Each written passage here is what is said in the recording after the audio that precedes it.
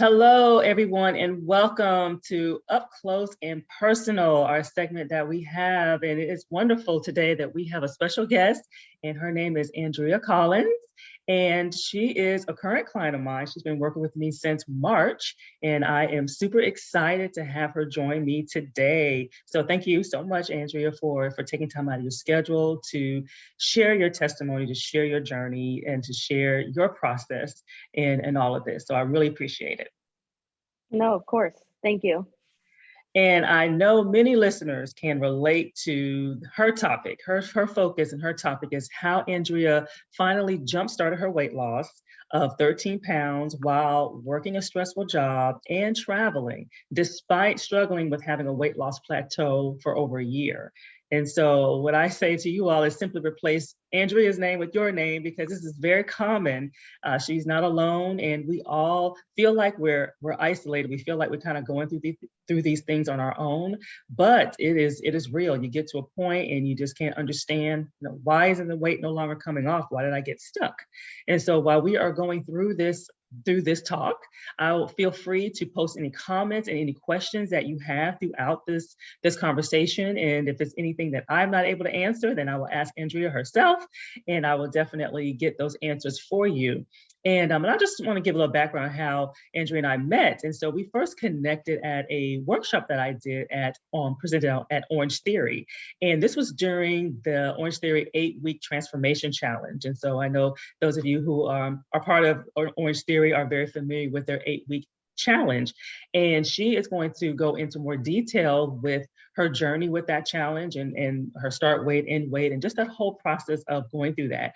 But she approached me because she had shared that she had been experiencing a plateau, and how to balance exercise with eating, and how to make those choices in order to make everything work. So we knew from the exercise standpoint that things were, on point.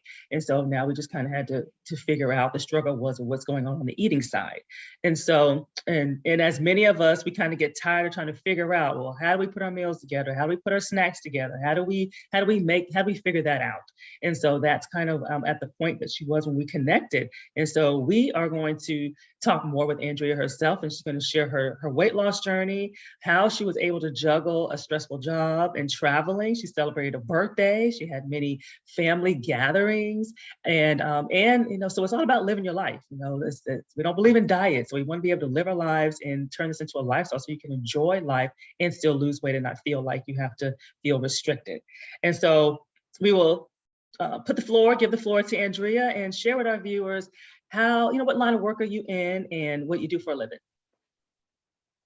Okay, thank you. So I'm a civil engineer. I work in transportation. I work in like a field in traffic and ITS, which is intelligent transportation systems. But a lot of my days, even though I could say it's an 8 to 5, a lot of my days end up being like 8 to 10 sometimes. In the past, it used to be till like midnight or even longer. So there was a bit of a struggle with like sleep and work and personal life and all of that. But I think with all of that, I kind of felt like I didn't really know how to balance the life portion of the work-life balance. Very common. Very common. You're not alone. And so we're gonna dive into that more. Tell us a bit about your weight loss journey. Like when did that start for you? It probably started about 5 to 6 years ago when I first moved to Orlando. I got a job in Orlando. I got here, and then I was living on my own and really just relying on, now I have to do the grocery shopping. I have to do the cooking and the cleaning and everything. And I just didn't know, or I was relying on eating habits from back home. But I didn't, and then like being Hispanic, rice was always like a staple in meals. And I just felt like I was eating all the same things. But at the same time, because I had started living on my own, I stopped doing exercise because I couldn't find the time. And then I just wasn't happy with where things were going. And a coworker of mine had told me about like what he was trying. So I would try, what he was doing. And for a little bit it worked, but it really wasn't for me. It didn't work like well as a sustainable option. Mhm. Um, so about 3 years ago, I decided to try Orange Theory, which I was very worrisome about just because I knew how kind of strict it was with like the late fees and not really knowing how to balance my work schedule yet.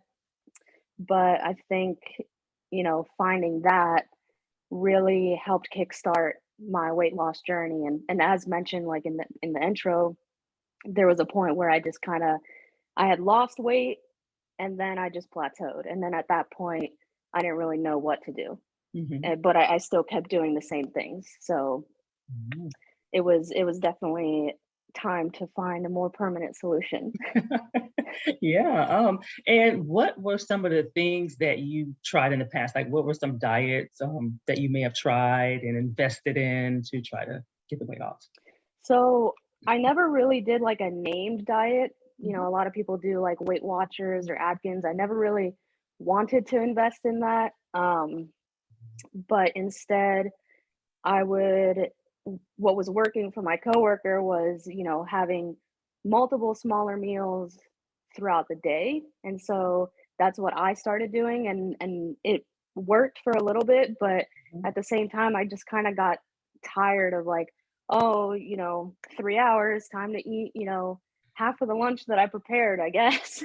um and that like that's really the only thing that I really tried besides, like, trying to find alternatives to, like, rice with my meal. I would, try, like, other grains or brown rice, but I would try brown rice only because of the name, right? And, like, the connotations that come with it. Like, oh, brown rice or whole wheat just means that it's healthier, but I didn't really know, and I also didn't know what I was doing with the portions. Mhm. Okay. Okay. Thank you for sharing that. And what were some of the physical effects you were having back then? Did you experience low energy levels or headaches, fatigue, anything like that? Um Yeah, I always had really bad headaches, and I think part of that was that I certainly wasn't drinking enough water. Mhm. And now I'm drinking so much more water that I'm rarely having to take Advil or Tylenol. It's really only if I have like muscle pains that I'm taking those pain medications. Mhm. Um, and I'm not really relying on coffee anymore. Like I would I would wake up, I would have a cup of coffee. Then, Mhm. I would have another cup when I got to the office. And then, the 2 o'clock, 3 o'clock wall would come and I'd be walking to the break room again and having another cup of coffee. But Mhm. now it's like I maybe I'll have a cup of coffee in the morning to try if I need that extra kick to kickstart my day, but Mhm. for the most part, I just like find myself walking to the or at the beginning, I would just find myself walking to the break room because it was so um like it was a part of my routine. It was a And then habit. Yeah. I would get to the break room and I'd be like, well, I don't even know why I'm here because I don't need any coffee today. Yes, to all my coffee drinkers. I mean, that's huge. And I never once said you cannot have your coffee. You cannot have your coffee. But the fact that we work together to change her eating habits, it just it naturally and organically evolved that, oh wow, I'm yeah, I like to drink it, but it's not mandatory. And it's Mhm. hard to that's why I never try to take coffee away because I know that's very difficult to a difficult sell. So I'm like, nope, you'll see for yourself. And so that was so when I got that report of, oh, I'm not depending on coffee anymore. I think that was like week 2. So Mhm. it didn't take long at all. No, it was that finding those natural food or incorporating more of those foods that have natural energy because I did, I always ate fruit and vegetables, but I didn't eat enough. And then change like adding that and taking a or like trying to find that balance in the portions that I was eating really helped get that natural energy that I needed. Good. Yeah, absolutely. Food is medicine. I always tell it food is medicine and food is energy.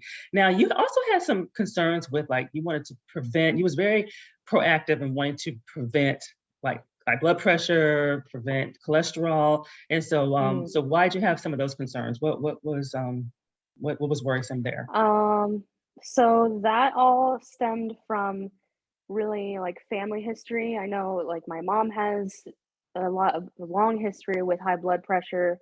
And I've seen her, go through that and have to constantly take medication to try and manage it.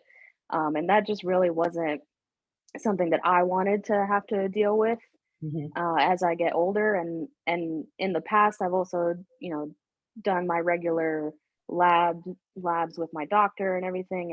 And occasionally, I would have like high cholesterol, so that's something that I've just been trying to Hmm. manage and figure out.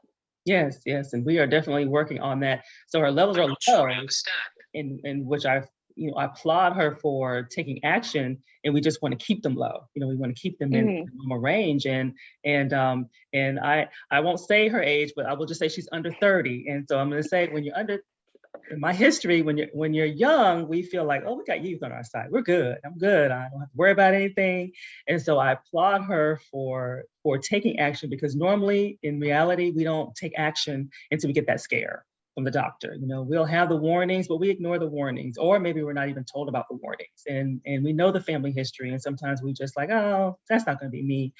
So the fact that she took action earlier to where she doesn't have to kind of fix something, when she gets 40 is it speaks volumes. So I wish everybody would do that, but we don't. you know, so that's good. That's good.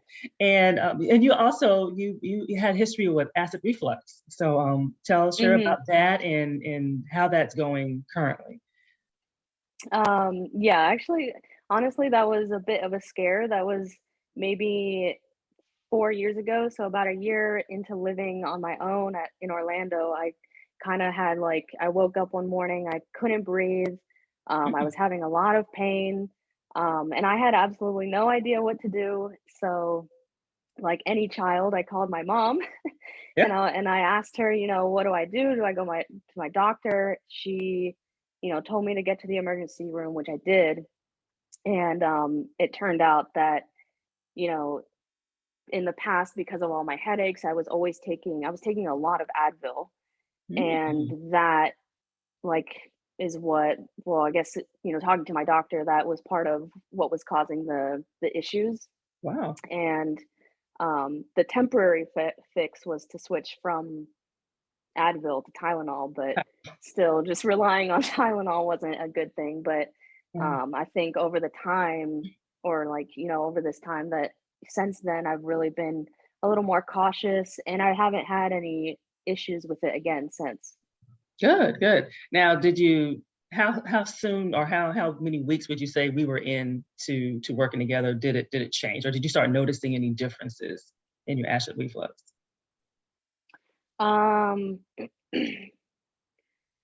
well, I think really early on since we started working together because part of the reason why I was taking all of that was because of dehydration and I would get migraines. Okay. But really working on my hydration and making sure that I got in the amount of water that I needed helped Hmm. with the reliability of the medications. And then, Yeah, um, yeah. that's good. That's good. And let's shift to food now. Back to food. Hmm. So, what in the past, what's been your history or relationship with food? Like some people kind of may fear things or stress eat. What would you say? Would you consider yourself a stress eater? Oh, I definitely would consider myself a stress eater.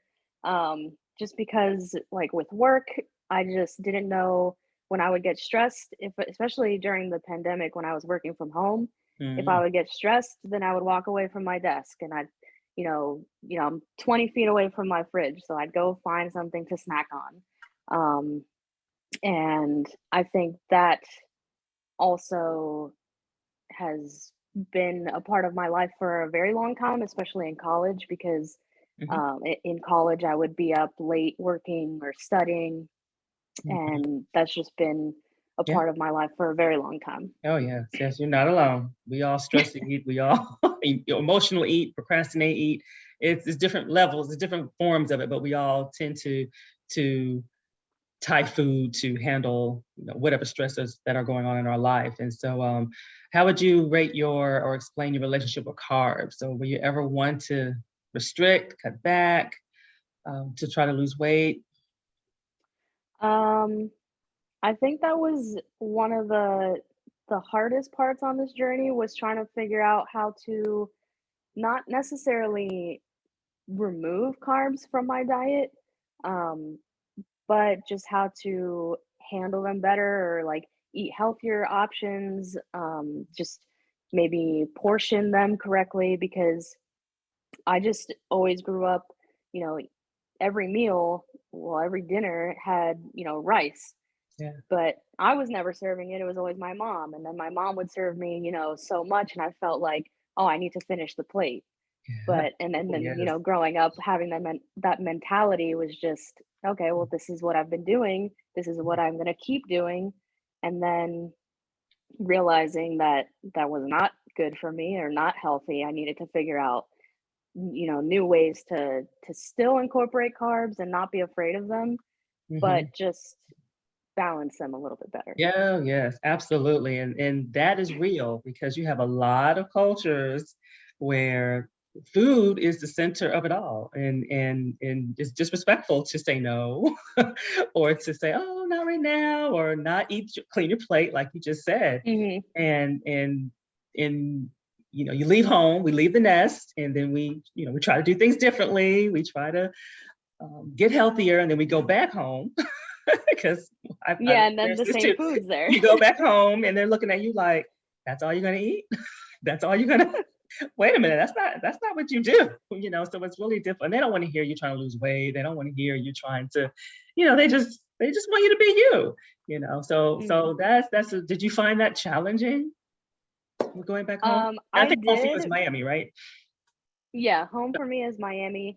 And I did find it a little bit challenging, but when especially because, when my grandmother would want to, make us a meal, obviously she wants us to eat what she's making us, but it was really reassuring the last time I was there, I think was for Mother's Day, and Mhm. it was my grandmother that called out the fact that I have lost a lot of weight. And so that made me feel good because it wasn't just, you know, it wasn't just about like, here's my food, eat it, finish it. She was like, "Oh, you look really good." And I was like, "Well, there we go. Thank you." Stamp of approval.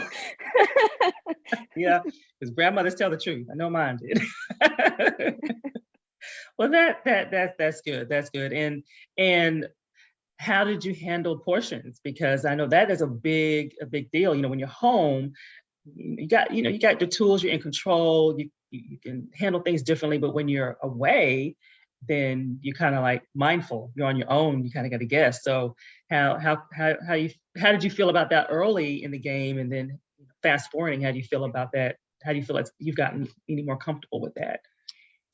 Well, honestly, I think one of the best things I did starting, this journey was investing in a weight, food, Yeah, the food scale. you know, a food scale, yeah, because that really helped me realize what the measurements were versus what's actually getting on my plate. And Mhm, I wasn't just guessing. mhm. And then, having that visual, because I am a visual learner. So being able to weigh it all out and see what it looks like, that definitely helped. Yeah, yeah, absolutely. And I think that first week was the aha moment. Is you Hmm. compare what you've been eating to what, oh, Right. this is a serving. Yeah. Some things are big, or some things are, oh, I wasn't eating enough. Yeah. But that's good. And the more you train your eye, I always share, you train your eyes at home, and then when you eat out, yeah, we're guessing, but at least you have a point of reference. So now you have a point of reference. Hmm. So when somebody is making your plate or something like that, you kind of know what it is, and how to adjust, and things like that. And maybe you got to adjust later in the day, stuff like that, when you Hmm. don't when you don't want to say no and offend anybody, and and stuff like that. That's good. Now, did you have Did you have any history of feeling sluggish throughout the day, tired throughout the day, prior? And if so, did any of that change? Yes, I would definitely say I was always sluggish, and it always came, right after lunch. I would just wish that, oh, maybe I could go take a nap, but I would force myself to go take a lap. We have at our office in front of our building is a lake. So I would always force myself to go take a couple laps around there and maybe help kickstart my afternoon.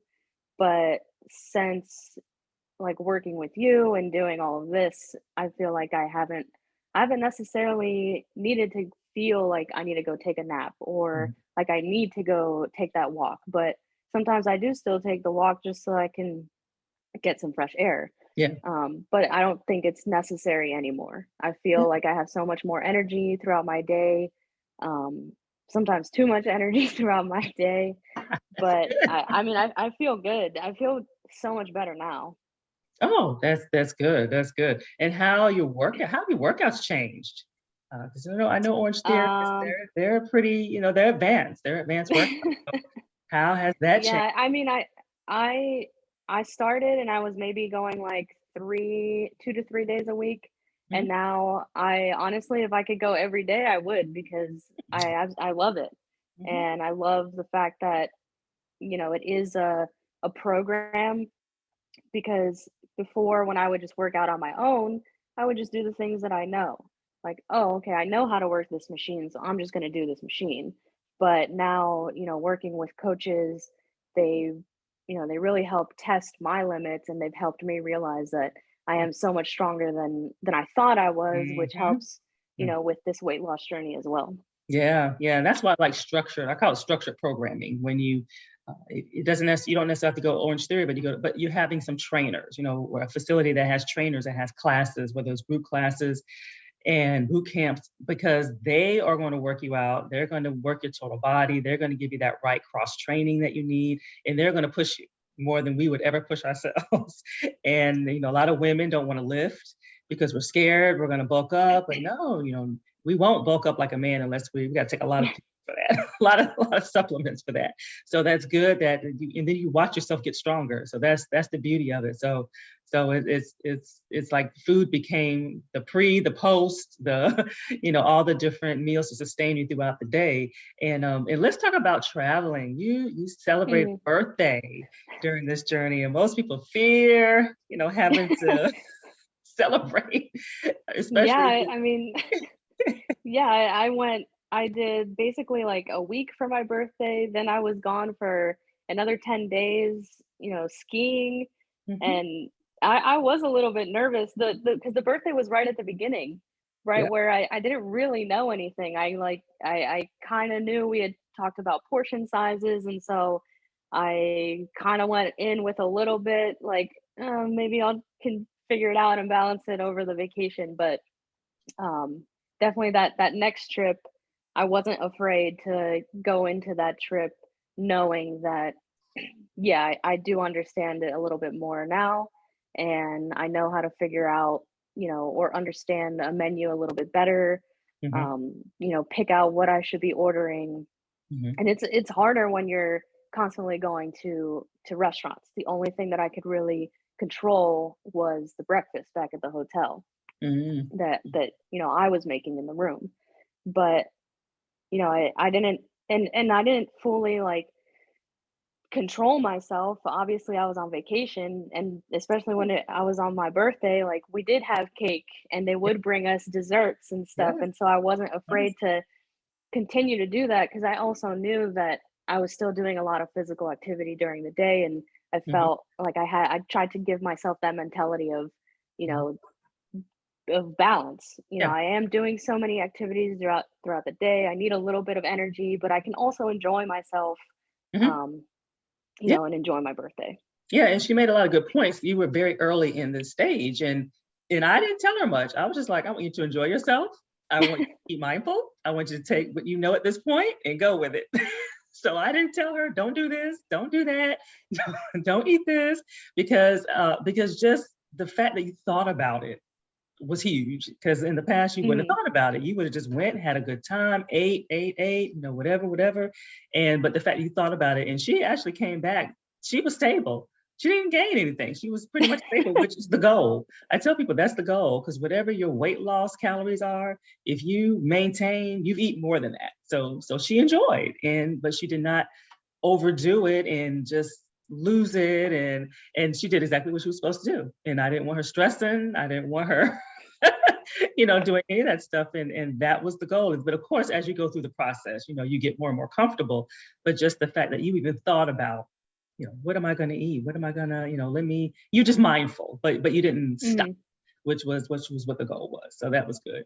And so going back to, how we connected, a lot of people feel like they can do this on their own. We try. I tried. I remember when I had my journey with blood pressure, I'm Googling, and well, back then it was the World Wide Web. So I did my internet search and and trying to figure out, well, what do I do? What do I do to lose this weight? What do I do to lower my blood pressure? So we all do it. And I failed on my own. I had to get help to get on my own. So what prompted you to finally do it? You saw the workshop, but not everybody, moves forward and wants to try to work one-on-one. But what prompted you to do it? Honestly, I feel like I was a little bit frustrated. Okay. I was, in that year of just a lull and, where at the beginning I felt like, or, to the beginning of that year, I felt like I was going so well. And then that lull happened and I was just like, well, I'm tired of not really knowing what to do anymore. And going to that workshop, I just felt like, maybe this is what I need to do. Maybe what I've needed is a nutritionist because I feel like I've got the exercise part down and I've got people, helping me there, Mm-hmm. but Mm-hmm. I don't really know how to understand what my body needs and how to balance that and eat the right things for my body and for what I'm doing in my life. Mm-hmm. Mm-hmm. Absolutely, absolutely. And that's good. We try. Do your due diligence. I always say, do your due diligence. Try it on your own. And I generally say, if it's been about 6 months, 6 to 8 months, and you're like you said, frustrated, that definitely reach out. Definitely reach out, because she's was very preventative, but you have many that are trying to figure out, well, how do I reverse my prediabetes? How do I reverse my blood pressure, or get it in control? So we don't want to go too long with those issues going on. And how did you, most of us as women, we try to lose weight, we have that all or nothing kind of mindset. Like, if we don't get this perfect, if we are not all in, if we slip, we kind of get a little razzled. We kind of want to say, oh, well, I might as well just eat everything because I messed up. So was that difficult? Did you find that difficult to manage that, or did you have a challenge with that all or nothing kind of mindset? Um, I knew going in that if I was gonna obviously if I was gonna pay for the program, I wanted to do it. I wanted to participate, and I knew that there was possibly I could take some of this information that I learned and maybe, push it to like my family. Absolutely. Because especially like with my mom who has high blood pressure, it's not at this point, it's not preventative, but at least I can maybe help her control it or Hmm. a little Hmm. bit better. And I don't know, maybe she'll never be able to get off that blood pressure medication, but at least I can, help her out as much as I can. And that I think that's part of that motivation too. Yeah, absolutely, absolutely. And that's the thing. It does spill over. It does spill over to your family. Maybe a point where her meds can lower. Mhm. Sometimes it just kind of depends on the person with blood pressure, because that's kind of where I'm at. I'm on a low dose, but I can't just completely get off of it. But I still got to watch what I eat. I still got to exercise, and maybe for her, that's what it is. She can at least lower the meds, which is always a good thing, because you don't want to take three and Mhm. four meds to manage one thing, and you don't want to create other stuff. So, but that's a very good point, that it does spill over, and then people are going to wonder. They're going to see you're still eating regular food. They're still going to see you're eating your rice and stuff like that. And that's the testimony. Because I remember when we first talked, you was like, you want to help people. You want to be able Mhm. to share the good news. And one thing I haven't shared is that you've lost 13 pounds, and it's about a 3-month period of time. Mhm. And the beauty of that is it's she lived her life. A lot of times people want to see, oh, I want to lose 13 pounds in a month, but you got to be realistic. She was not in a bubble. She had to deal with stresses at her job and things of that nature. She traveled to New York, to Miami. She was all over the place. So you want to be able to have that balance, that lifestyle balance. And let's talk about sleep. I think that was probably one of our biggest challenges in Yeah. the beginning, because she was like, "No way, I can't get 7 hours of sleep. I can't stop working early." Yeah. It was, yeah, I think the sleep was definitely the hardest part because I always felt like, you know, I was already working till like midnight and then I'm waking up at, 6 o'clock in the morning. And there, I just felt like the stress of work was always lurking. Mhm. I needed to meet a deadline or I needed to, they're expecting me to finish this or that. But I think just figuring out a new schedule and um like obviously talking to my superiors and trying to figure out that like, hey, I do need to prioritize my work life schedule if you want me to be here long term. um Good, good. and really I I was always afraid to have that conversation, but Mhm. luckily I do work with a staff that's very understanding. And now Yeah. if I have to work till 10 o'clock, at least I know that I can get a minimum of, 6, 7 hours, sometimes even 8 hours, which is great. Mhm, mhm. Yeah. Yeah, Which that's is good. definitely not what I was doing before. Right, that is good. And we had to ease into that, because that's nothing Mhm. that happens overnight. Because, like I said, she was looking at me like I was crazy when I said, "You're working 12 hours. When you gonna stop?"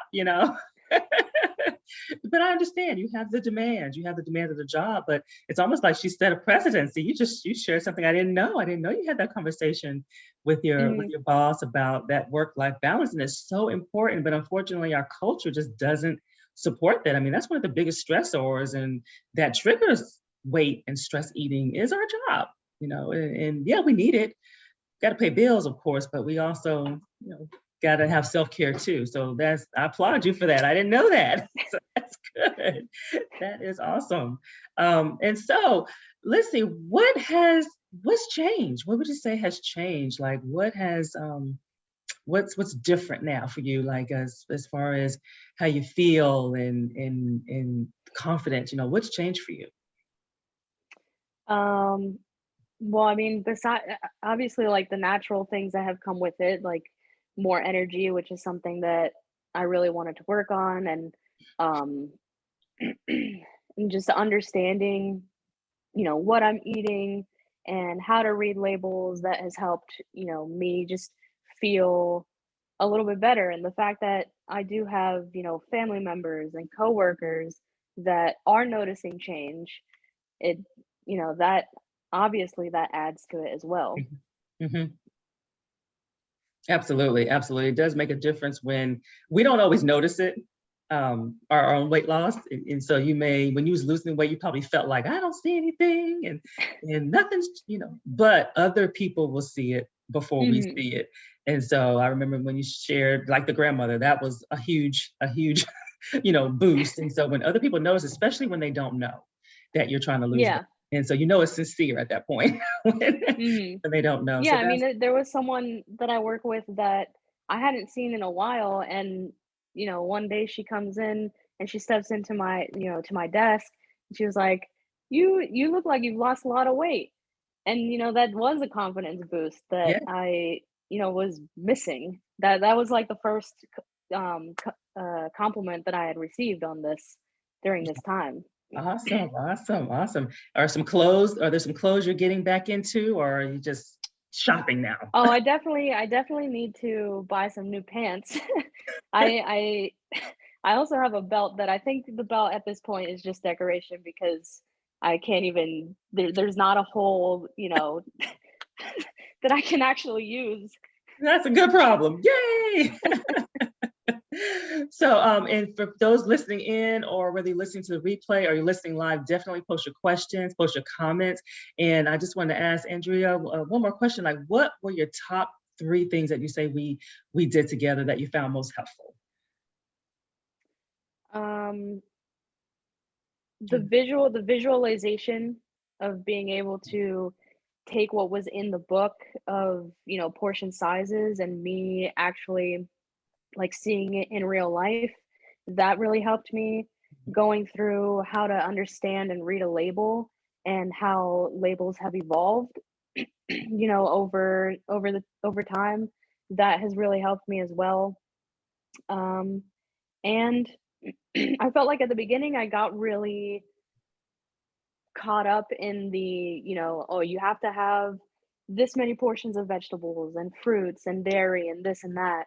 But in the end, it was really just about trying to figure out and understand Mhm.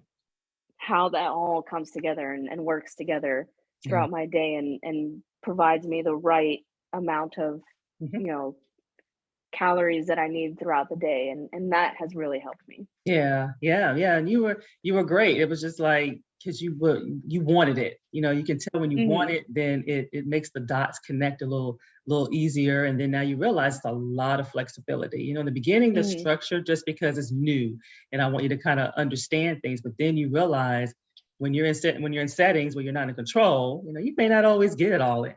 But you do the Mhm. best you can with what's there.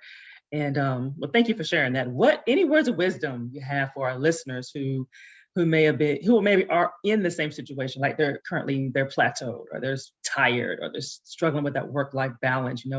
What words of wisdom do you have for them? Um, I mean, I'm not gonna lie, there was a point like at the beginning where I was like, I don't even know, maybe I've made a mistake, but Mhm, I think I mhm, think, if you're willing to work with it and do it and invest in yourself, it is an investment in yourself. So I would say, take the lessons, definitely. It has really helped me and I'm seeing a difference. And so I think, if there's a point where you think like, oh, you know what, I'm just gonna give up now, I don't think it's worth you giving up. I think it's 100% totally worth you investing in yourself and not for mhm. anybody else. Yeah, absolutely. Yes, absolutely. You got to want it for yourself. That is awesome. Awesome. Awesome. Thank you. Thank you. Thank you for taking time out of your schedule, Andrea, to talk with us. I hope that you all found this very inspirational and inspiring, as well as motivating and real. It's real. She basically said, hey, you got to invest. We got to put a little effort into it. But it's not going to. It's not so much torture that it's like, but you do, but it's different. It's different. And when you changing habits and you're changing behaviors, you're going against the grain. You're out of your comfort zone, and I think that's what she means. And then you got to couple that with your life. If you already got Mm, stressors in your life and then you're trying to do something different, then it may feel like a little tension in the beginning, but in the longer term, think about it as self-care for yourself. It's for you and it's going to benefit you, and you can massage it any way that you need to massage it to make it work for you. So that's really what it's all about. And so for those who tuned in, I thank you for tuning in. Post your questions, post your comments, and always just keep a positive mindset, and positive self-talk goes a long way. And I will see you again next week, same time, same handle, and have a great rest of your day and blessings. And thank you again, Andrea. thank you. Thank you.